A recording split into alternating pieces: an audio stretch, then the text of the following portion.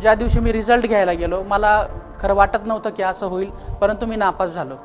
आणि मला एक धक्का बसला की 11वीला मी कॉलेजमध्ये पहिला होतो, 12वीला मी कॉलेजमध्ये दुसरा होतो, त्यानंतर फर्स्ट, सेकंड, थर्ड, BAला मी डिस्टिंक्शन मिळवलं.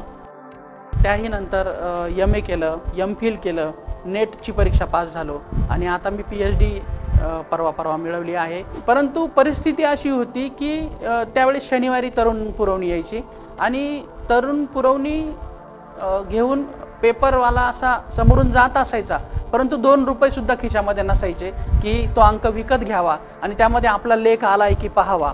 जिंदगी की उडान अभी बाकी है, जिंदगी का इम्तिहान अभी बाकी है, अभी तो नापी है मुट्ठी भर जमीन हमने, अभी तो पूरा आसमान बाकी है.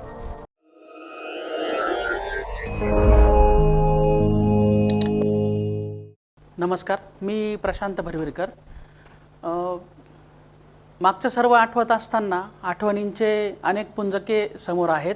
त्यातून कुठला घ्यावा आणि कुठला सोडावा असं मला झालेलं आहे.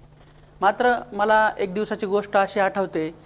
मी एक दिवस कुठलं तरी कवितेचं पारितोषिक घेऊन घरी आलो होतो आणि आई तेव्हा चुलीजवळ स्वयंपाक करत होती. तर मी तिला म्हटलं की आई, मला 1 नंबरचं पारितोषिक मिळालं आहे. ती म्हणे काय मिळालं? म्हटलं सर्टिफिकेट. म्हणे अजून? म्हटलं टॉफी. म्हणे अजून? म्हटलं अजून काय हवं आहे? सर्टिफिकेट मिळालं आहे. तर ती म्हणे तसं नाही, पैसे स्वरूपात काही मिळालं आहे का? तर मी म्हटलं नाही.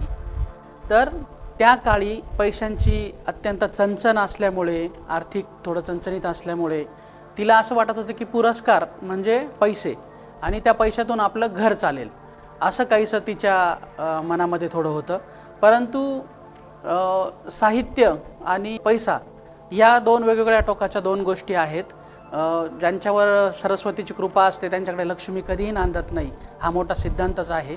तर 1990चा तो काळ मला आजही चांगला आठवतो की वडील थोडं व्यसनाच्या अधीन गेल्यामुळे घरची सर्व जबाबदारी आईवर होती.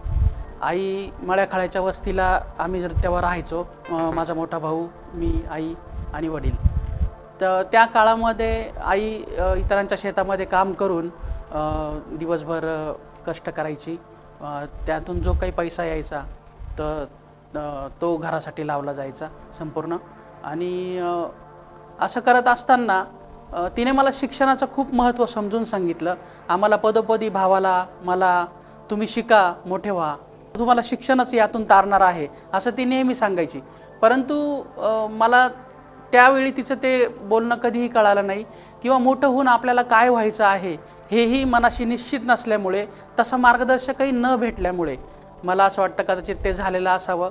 परंतु 1993मध्ये एका सकाळी वडील शांत झाले, ते उठलेच नाही. त्यामुळे त्यांच्या मृत्यूने आमच्यावर बराच मोठा आघात केला.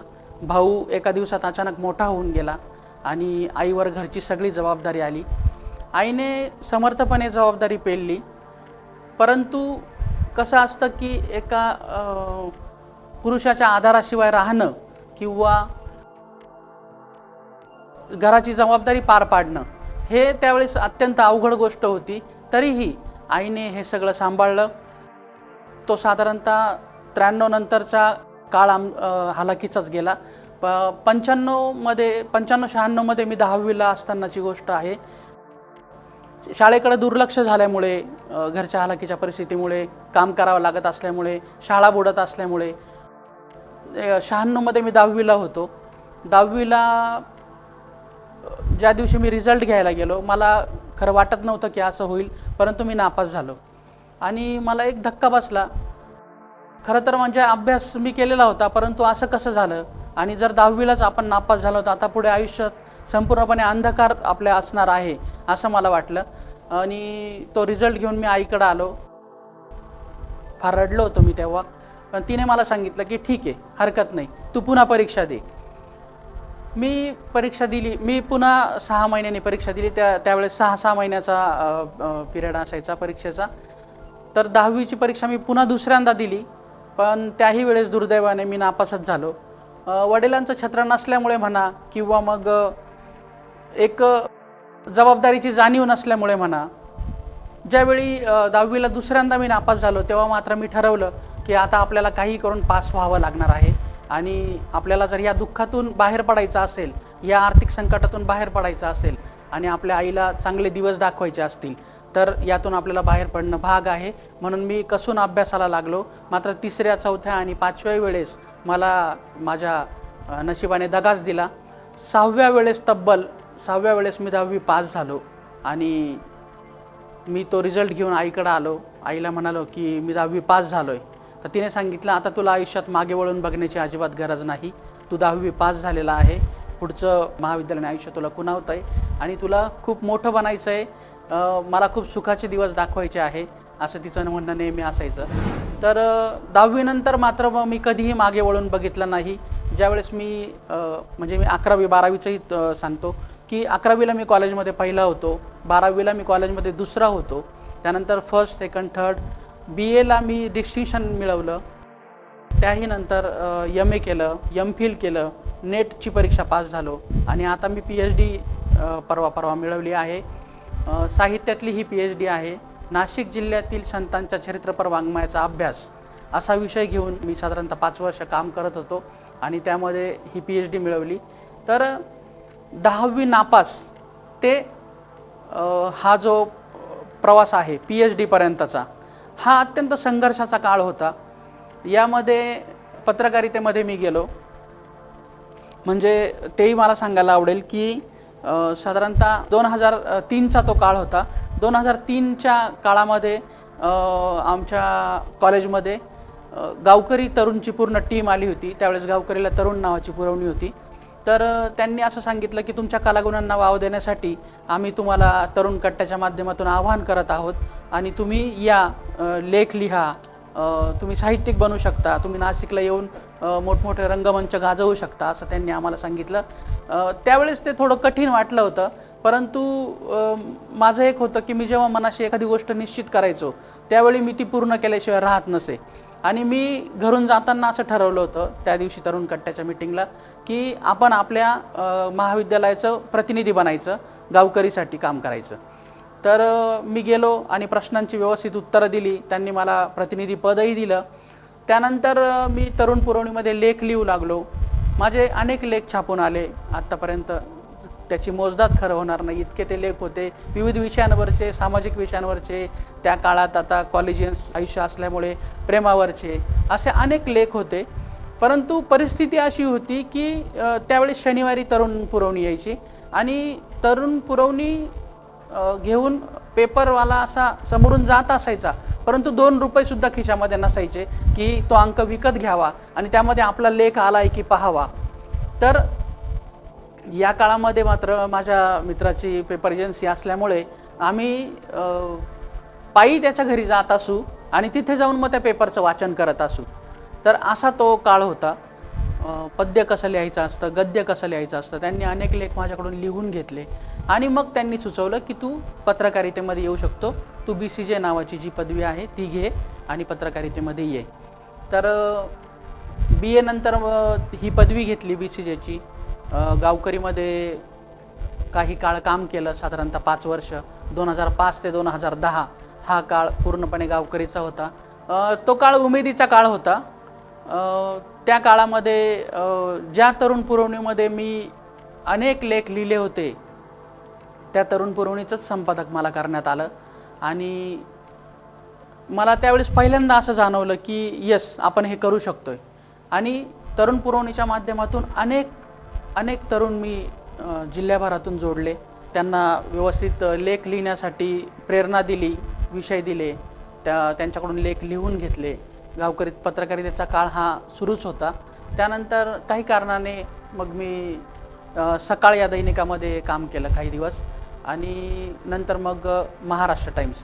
तर महाराष्ट्र टाइम्समध्ये मी साधारणतः 13 वर्ष काम केलेलं आहे आणि ह्या एकूण 19 ते 20 वर्षांच्या पत्रकारितेमध्ये मला साहित्य कुठेतरी खुणावत होतं. मला असं सारखं वाटायचं की आपण आपल्या आतून जे येतं आहे ते आपण कुठेतरी लिहिलं पाहिजे. परंतु पत्रकारिता म्हटल्यानंतर होतं काय की आपल्याला पूर्ण वेळ त्यासाठी द्यावा लागतो आणि आपल्याला हा साहित्यासाठी इतका वेळ काढता येत नाही. त्याची एक सकारात्मक बाजूही आहे की आपण इतकं संज्ञान झालेला असतो की आपण स्वतःची शैली निर्माण करू शकतो आणि ते लिहून आपण अनेक गोष्टी साध्य करू शकतो. तर मला असं वाटायला लागलं की आपण पुस्तक लिहिलं पाहिजे आणि त्यातूनच मग माझ्या पहिल्या पुस्तकाचा जन्म झाला. हे पुस्तक ह्या कविता जेव्हा मी लिहित होतो तर त्या कविता मी प्राध्यापक राहुल पाटील यांना दाखवल्या आणि त्यांना म्हटलं की आपल्याला कवितेचं पुस्तक करायचं आहे, आता बरीच वर्ष झाली आहे, तर एक पुस्तक कुठल्याही पद्धतीत आलंच पाहिजे. तर त्यांनी मला सुचवलं की आपण याचं वाचन करूया. साधारणतः 200-300 त्या कवितांमधून आम्ही या 80 कविता निवडल्या आणि वर्तमानाच्या लिपीत हे माझं पहिलं पुस्तक आलं. ते ग्रंथाली प्रकाशनाने प्रकाशित केलेलं आहे. ग्रंथालीकडून पुस्तक यावं अशी माझी मनापासून प्रचंड इच्छा होती, माझीही आणि प्राध्यापक डॉक्टर राहुल पाटील यांचीही. त्यासाठी आम्ही साधारणतः 1.5 ते 2 वर्ष त्याची वाट बघितली आणि ग्रंथालीकडून पहिलं पुस्तक आलं. पहिलं अपत्य आल्यानंतर मला असं वाटलं की अरे हेच तर आपलं क्षेत्र आहे आणि ह्याच क्षेत्रामध्ये आपल्याला काहीतरी करायचं आहे. त्यामुळे पुढे प्रेरणा मिळाली आणि लहानपणापासूनचा जो काळ होता, जे आठवणींचे पक्षी होते, जे ते मला खुणावत होते आणि मोकळ्या आभाळामध्ये त्या मी घिरट्या घ्याव्या असं ते सांगत होते, त्यातूनच मग माझं दिसा माझी हे पुढचं पुस्तक आलं. हा ललित लेख संग्रह आहे. दिसा माझी हे माझं आत्म्याचं प्रतिबिंब आहे असं मी मानतो. याचं कारण असं आहे की ते संपूर्ण नॉस्टॅल्जिक पुस्तक आहे. मी ज्या गावात राहिलो, मी ज्या मळ्यात राहिलो, मळ्याखाळ्याच्या वस्तीला फिरलो, ते सर्व दिवस या पुस्तकातून मी प्रतिबिंबित आहे. आमची ओझरची सर्व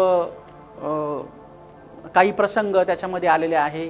त्यानंतर आम्ही ज्या मळ्यामध्ये राहत होतो त्या मळ्यामध्ये आमच्यावर बेतणारे सर्व प्रसंग, तिथल्या छोट्या छोट्या घटना आणि त्यावेळेस बालसुलभ मनामध्ये जे काही म्हणजे भुताटकी असेल किंवा असे काही जे प्रकार असतील, हे सगळे मला ते त्या पुस्तकात लिहावेसे वाटले आणि मला सांगायला आनंद होतो की त्या पुस्तकाला तब्बल आत्तापर्यंत 8 ते 9 पुरस्कार मिळालेले आहेत.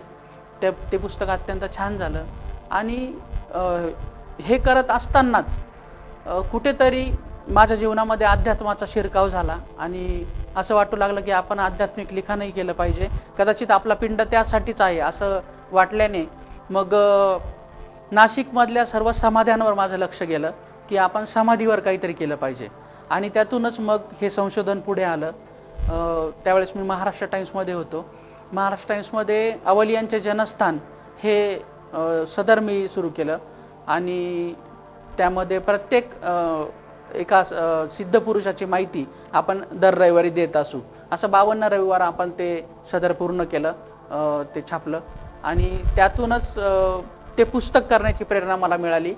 अवलियांचे जनस्थान हे संशोधनपर पुस्तक आहे. त्याच्यामध्ये या सर्व सिद्ध पुरुषांची माहिती, त्यांच्या समाध्यांचे फोटो आणि या सगळ्याचा एकूण गोषवारा आपण केलेला आहे.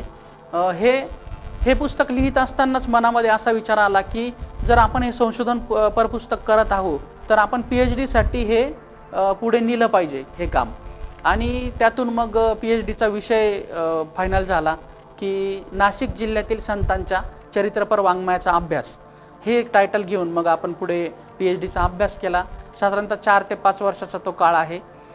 त्या काळामध्ये हे सर्व तालुके पिंजून काढले, तेथील समाधी स्थळांना जाऊन भेटी दिल्या आणि त्या भेटीमधून मग हे संशोधन पुढे आलं.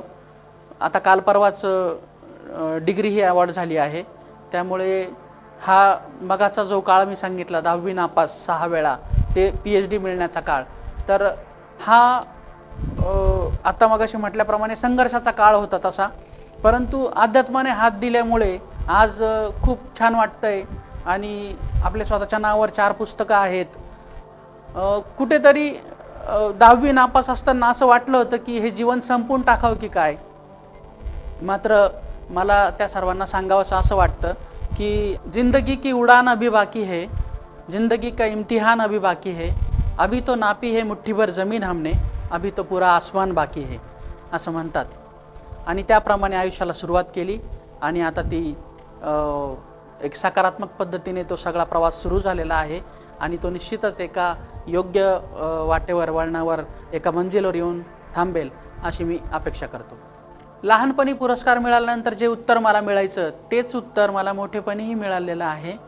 मला सावनाचा कवी गोविंद पुरस्कार ज्यावेळेस मिळाला, म्हणजे हा किस्सा थोडा सांगण्यासारखा आहे म्हणून मी सांगतोय की व्यवहार आणि हे कसं एकमेकांमध्ये गुंफलेल्या गोष्टी असतात हे मला यातून सांगायचं आहे. की सावनाचा कवी गोविंद पुरस्कार मिळाला हा सर्वोच्च पुरस्कार असतो कवितेतला, कवी कुसुमाग्रजांच्या नावाने देण्यात येणारा पुरस्कार. त्यामुळे महाराष्ट्रभर कौतुकाचे फोन आले. मात्र घरी हा पुरस्कार जेव्हा मी घेऊन गेलो तेव्हा माझी पत्नी होती आणि तिला मी सर्टिफिकेट दाखवलं. तिला म्हटलं मला असा असा पुरस्कार मिळाला आहे. तर ती म्हणाली अजून काय मिळालं? म्हटलं ट्रॉफी पण आहे. अजून काय मिळालं? म्हटलं अजून काय हवं आहे तुला? की महाराष्ट्रभर तुझ्या पतीचं नाव झालं आहे, एक कवी म्हणून त्याला वेगळी ओळख मिळते. पण नाही, पैसे आहेत का त्याच्याबरोबर? तर मला सांगायचं हे आहे की त्याही काळी तो प्रश्न होता. व्यवहारामध्ये पैसा हाच उपयोगाचा असतो. साहित्य वगैरे ह्या गोष्टींना दुय्यम स्थान दिलं जातं. आणि आताही तेव्हाच्याही पिढीचे प्रश्न तेच होते. तेव्हाही आई त्याच काळजीमध्ये होती. आताही पत्नीचे प्रश्न तेच आहेत, तीही त्याच काळजीमध्ये असते. तर साहित्य आणि पैसा ह्या दोन वेगवेगळ्या गोष्टी असतात असं मला यातून फक्त सांगायचं आहे. आज डिग्री मिळाल्यानंतर गेल्या 3 दिवसापासून प्रचंड फोन सुरू आहे. SMS, फेसबुकवर, सोशल मीडियावर प्रचंड व्हायरल झालं आहे. आणि यातून मला 1-2 गोष्टी अशा सांगायच्या आहे की माझ्या बहिणीचा फोन आला. तसं शैक्षणिक पार्श्वभूमी इतकी नसल्यामुळे तिने मला सहज हा प्रश्न विचारला की ते तुला आत्ता काय मिळालं आहे? ते PH काय मिळालं आहे ना तुला आत्ता? म्हटलं म्हणे मग ते काही पुरस्कार आहे का तो? म्हटलं नाही, ही PhD नावाची डिग्री आहे आणि ही शिक्षणातली सगळ्यात शेवटची डिग्री आहे. याच्यानंतर शिक्षण असं काहीही नसतं. तर मला यातून सांगायचं असं आहे की एका अशा घरामधून मी पुढे आलो आहे की जिथे शैक्षणिक कुठलाही वारसा नव्हता आणि साहित्याचाही कुठलाही वारसा नव्हता. परंतु आपण जर स्वतः मनाशी ठरवलं तर आपण ह्या दोन्ही गोष्टी अगदी सहजपणे काबीज करू शकतो. आपण त्याच्यावर वर्चस्व आपलं सिद्ध करू शकतो. हे मला यातून सांगायचं आहे. अजून एक छोटीशी घटना मी सांगतो की सकाळी मला बुलढाण्याहून एक फोन आला होता आणि ते मला असं म्हणाले की तुमचं अभिनंदन, तुम्ही डॉक्टर झालात, तर तुमचा दवाखाना कुठं आहे? नाशिकमध्ये तुमचा दवाखाना कुठं आहे? त्यांना म्हटलं अहो ती साहित्यातली डिग्री आहे आणि शिक्षणामधली ही सर्वात शेवटची डिग्री PhD. तर मी डॉक्टरेट झालो आहे, डॉक्टर नाही झालो आहे असं मी त्यांना समजावून सांगितलं. ते हसत हसत म्हणाले अच्छा, मला तर तुमचा विषय असा वाटला की तुम्ही संतांचे डॉक्टर झाले आहात की काय.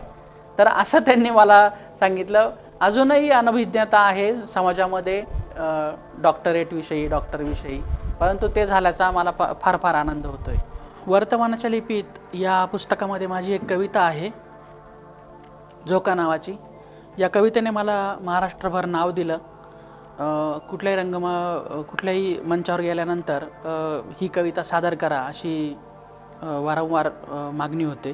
तर ती कविता मी आत्ता सादर करतो. कवितेचं शीर्षक आहे झोका. शर्टचा कोपरा धरून पियू म्हणाली बाबा झोका बांधा. शर्टचा कोपरा धरून पियू म्हणाली बाबा झोका बांधा. अचानक ध्यानात आलं नागपंचमी आली आहे माझ्या घरात. पाहता पाहता पियू झोका खेळण्याजोगी झाली आणि या छोट्याशा घरात झोका बांधण्याची पंचायत झाली. म्हटलं बाळा झोका नाही खेळू, जखमांना आमंत्रण नाही देऊ. गाल फुगून पियू फुरगटून बसली माझ्या या छोट्याशा घरामध्ये. बिल्डरला काय घेणं देणं अशा अनमोल क्षणाचं. तो बांधतो नियमाप्रमाणे खुजी घरं. कमी पैशात घ्यायला आपल्यालाही वाटतं बरं. पुढचं माझं आपण काही लक्षात घेत नाही. मग नंतर पियूला झोका बांधता येत नाही. पियूला म्हटलं मनात ये एक मोठा झोका घे. माहीत आहे मलाही मनातला झोका काय कामाचा. मध्यम वर्गाला तर प्रश्न नेहमी खिशातल्या दामाचा. लहानपणी आजी बळजबरीने झोक्यावर बसवायची. मोठमोठे झोके देऊन पोटभर हसवायची. आजीने दिलेला झोका आभाळापर्यंत जायचा. मग आभाळातला चंद्र मोठ्या हेव्याने झोक्याकडे पाहायचा. आज मात्र माझ्या घराच्या आभाळातला चंद्र रुसला आहे. आजीही नाही आणि झोकाही नाही म्हणून रुसून बसला आहे. बाबा मला झोका हवाच असं म्हणत माझा चंद्र रोजच झोपी जातो. बाबा मला झोका हवाच असं म्हणत माझा चंद्र रोजच झोपी जातो. मी मात्र रात्रभर डोळ्यात आसवे आणत माझं छोटंसं घर पाहतो. मी मात्र रात्रभर डोळ्यात आसवे आणत माझं छोटंसं घर पाहतो. आयुष्य हा अनवट प्रवास असतो. तिथली कुठलीही वाट ही मिळालेली नसते. प्रत्येकाच्या आयुष्याचा प्रवास हा वेगळा असतो. आणि पत्रकारिता करत असताना असं कुठेतरी वाटलं की आतला एक आवाज आपल्याला काहीतरी वेगळं सांगू पाहतोय, आपल्याला काहीतरी वेगळं करायचं आहे. आणि म्हणूनच अत्यंत भरात आलेला हा पत्रकारितेचा परमोच्च बिंदू मी थोडा थांबवला आणि वेगळ्या वाटेवरून प्रवास करायचं ठरवलं. चॅनल विश्वातलं सर्वात मोठं जे चॅनल आहे कलर्स मराठी, तेथे आता मी सध्या रिसर्च हेड म्हणून एका सिरियलसाठी काम करतो आहे. योगेश्वर जयशंकर ही ती सिरियल आहे. मला हा अध्यात्माचा एक बिंदू इथे जोडावासा वाटतो की ज्या अध्यात्माने मला त्या संघर्षाच्या काळामध्ये साथ दिली होती, त्याच संघर्षाचा एक पुढचा टप्पा म्हणून माझ्या आयुष्यात येऊ पाहणारं जे काही नैराश्य होतं ते या मालिकेने हात देऊनच थांबवलं. चिन्मय एक दिवस भेटले आणि म्हणाले, तू या सिरियलचं काम करशील का? तर मला ते अत्यंत आवडण्यासारखं होतं, कारण श्री स्वामी समर्थ महाराज किंवा श्री शंकर महाराज हे माझ्या अगदी आवडीचे विषय, अभ्यासाचे विषय. अनेक त्याच्यावर मी भरपूर लिखाण केलं आहे. आणि ती सिरियल त्यांनी मला सांगितलं, तर तिच्यासाठी मी सध्या कथा आणि संशोधन असे दोन्ही कामं करत आहे. याचा मला अत्यंत आनंद होतो आहे.